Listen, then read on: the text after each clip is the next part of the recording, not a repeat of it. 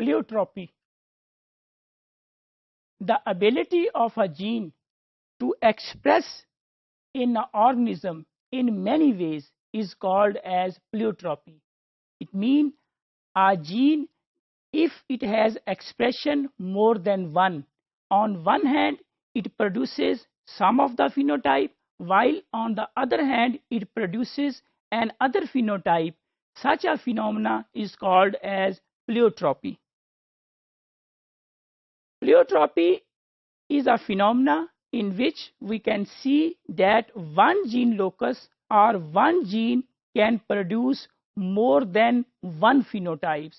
If more than one phenotypes are produced by a single gene, this phenomena is called as pleiotropic effect or pleiotropy.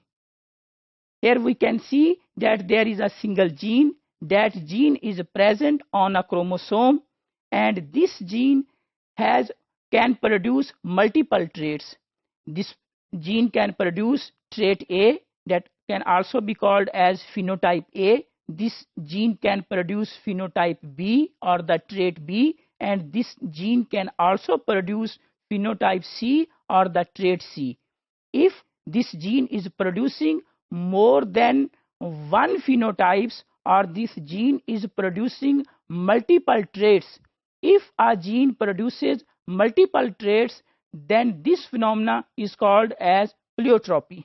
Pleiotropy phenomena can be seen in the humans. The best example of the pleiotropy phenomena is in the humans, the two diseases which are produced by the single gene.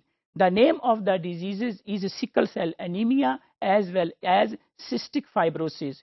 These two diseases, they are produced by a single gene. Single gene can produce on one hand sickle cell anemia, while on the other hand the same gene can produce cystic fibrosis in some other organisms. This is the normal red blood cells that usually carry the oxygen.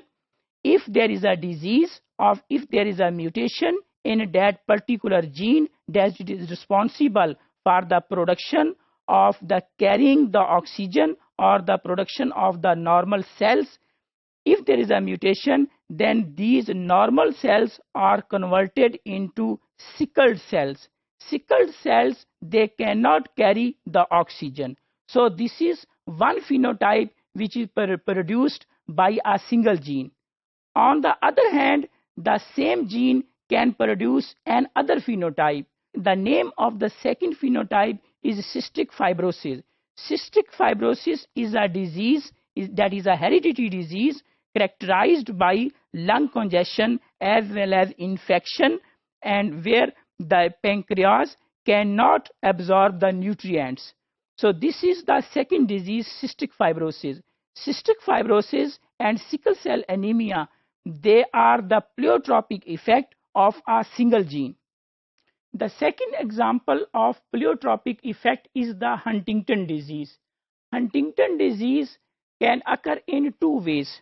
There are two phenotypes which are produced by a single gene. In case of phenotype 1, dementia is produced at the age of 40 to 50 years of age, while in the second phenotype, once Huntington disease appears, the patient will die within the next 4 to 5 years. Mean Huntington disease have two phenotypes which is produced by a single gene, phenotype 1, where we see that patient survives and dementia appears at the age of 40 to 50, while on the other hand there is a second phenotype in which once the Huntington disease appears in a patient, the patient will die within the next 4 to 5 years.